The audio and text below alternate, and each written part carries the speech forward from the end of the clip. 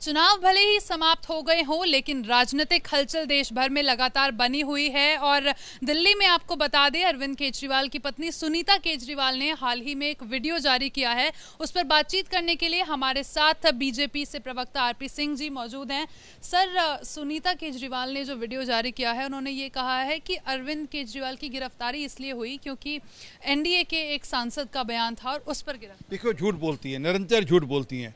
वो एनडीए के सांसद बाद में बने, वो तेलुगु देशम से चुनाव बाद में लड़े, परंतु उनका बयान जो उन्होंने कोर्ट में हल्फनामा दाखिल किया, वो जो विटनेस दी उन्होंने, वो पहले दी थी। और दूसरी बात है कि कोर्ट ने ऑलरेडी सब ये चीज़ें नकार चुके हैं। वह कोर्ट के आगे जा चुके हैं, कोर्ट के आगे गुहार लगा चुके।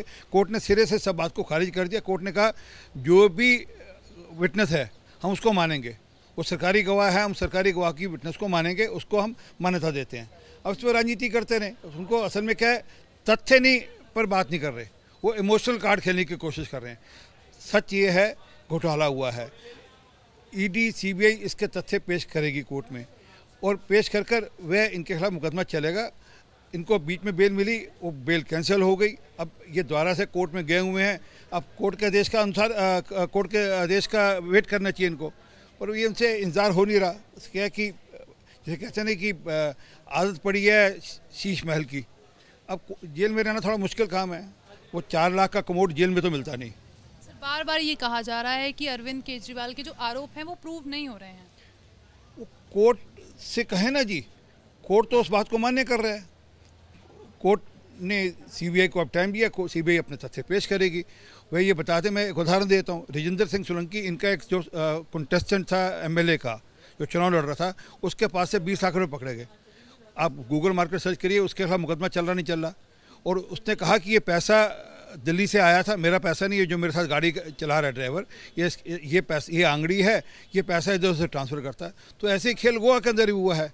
वो जिन लोगों को पैसा गया उनके हल्फनामे दाखिल हैं 164 में, जिन्होंने पैसा ट्रांसफ़र किया उनके हल्फनामे दाखिल हैं 164 में, और जिस लॉबी से पैसा आया उनके यहाँ से कबूलनामे ऑलरेडी हैं।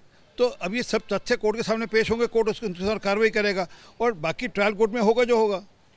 सर, राहुल गांधी भी गुजरात में हैं और उन्होंने भी अभी हाल ही में अयोध्या क्यों बीजेपी नहीं जीती, इस पर सवाल उठाया है। देखिए, पहली बात तो अयोध्या बीजेपी जीती है। अगर उसमें से अयोध्या की जो so called Faizabad, actual seat का नाम फैज़ाबाद है, अयोध्या नहीं है, उसमें से जो अयोध्या वाला जो असेंबली कॉन्स्टिट्यूंट है वो हम भाजपा जीती है।